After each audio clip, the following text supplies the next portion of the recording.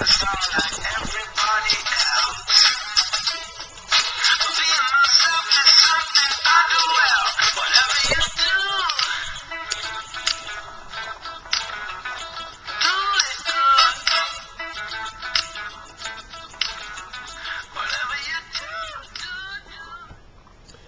Luke, great to meet up with you at the range and do some further work on your game.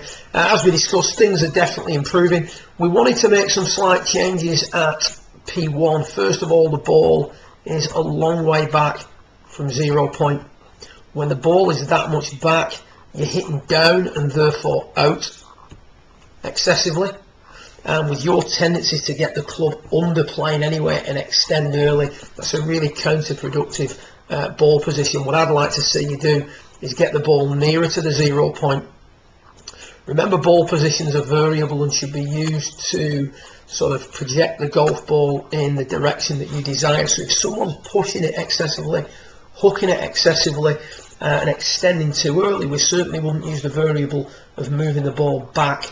As discussed, we'd use that variable more for a player who's coming to us who is pulling and slicing the golf ball. So ball a little bit further forward, producing less descent and less outward force. Even without changing the swing, that would lessen the amount that you attack the ball from the inside. Get rid of those lines. Compare the two setups. Two very different looking P1s. Your thought on the bottom left and the feel on the bottom left is that the handle is back and the ball is forward, and you can see that that is not the case.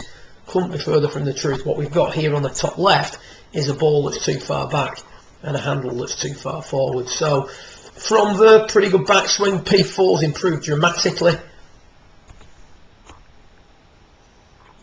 New ball position, new handle location.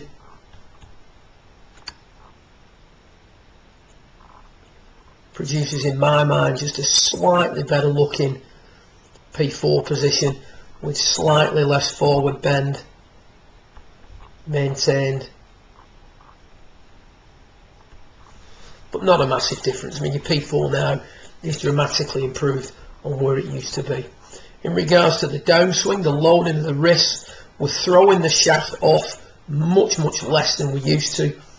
It does, however, get a little bit deep. The left shoulder works up quite quickly, as you'll see when we come from down the line.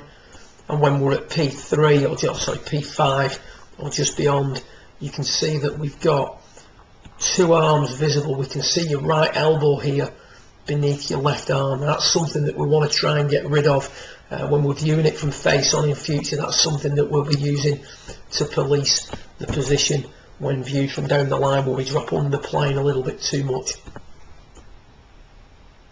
Same again with the ball a little bit further forward.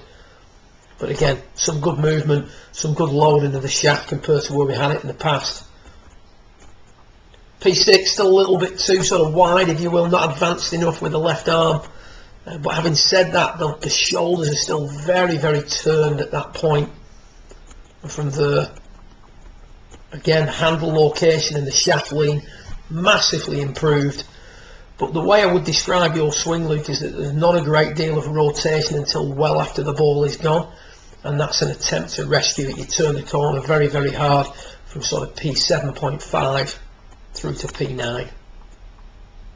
But prior to that, it's a lot of extension, quite a lot of linear, which is good, but not enough rotation. We need a little bit more outward force. If we take a little look at your downswing from down the line, again, P1 to P4, superb. A lot of good tilts in there. The tendency now is still to get those hands dropping under, albeit not as much as before. The left shoulder comes up a little bit too quickly.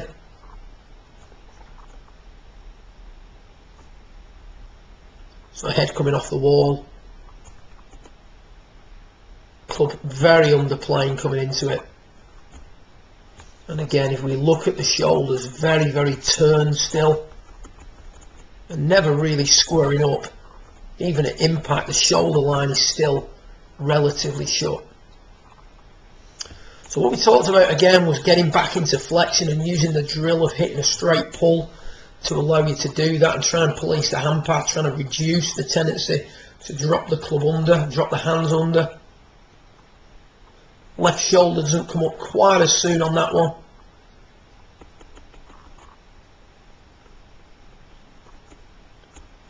Shaft doesn't get quite as far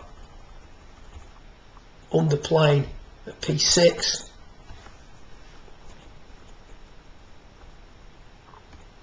And shoulders starting to line up a little bit better at P7. But again, right heel popping up off the floor, right leg straightening too soon, a lot of extension and a lot of tucking. We'll look at you towards the end of the session. Now the feeling for you here now, the drill for you is to we're trying to hit a straight pull, a slight pull, not a massive pull at this stage because we're towards the end of your session. The feel is to have the weight forward, so that's giving you the downward and outward that you're going to need, and have the lowest exit possible. Now, in order to achieve the lowest exit possible, what we start to see now is slightly less of a drop underneath it from P4. Hands don't quite drop as much.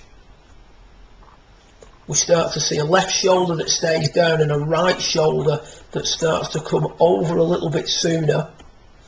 We're now seeing the sweet spot moving towards that plane line, moving towards that elbow plane line, sorry, shaft plane line more at P6.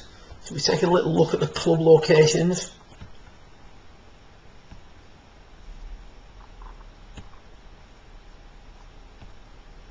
There's quite a progression there in regards to the amount that the sweet spot has moved out towards the baseline from P4 to P6. And now as we run these through,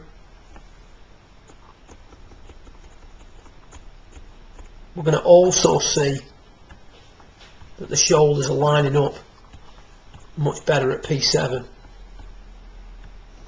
Much less shut with the shoulders. So the shoulder line at the start of your session,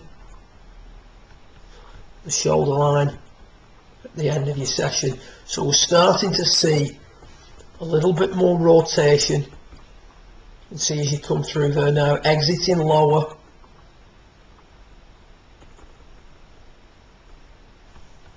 Shoulder plane not quite as steep at this stage as we had originally, still a little bit too steep, but not quite as steep. More clearance through the ball.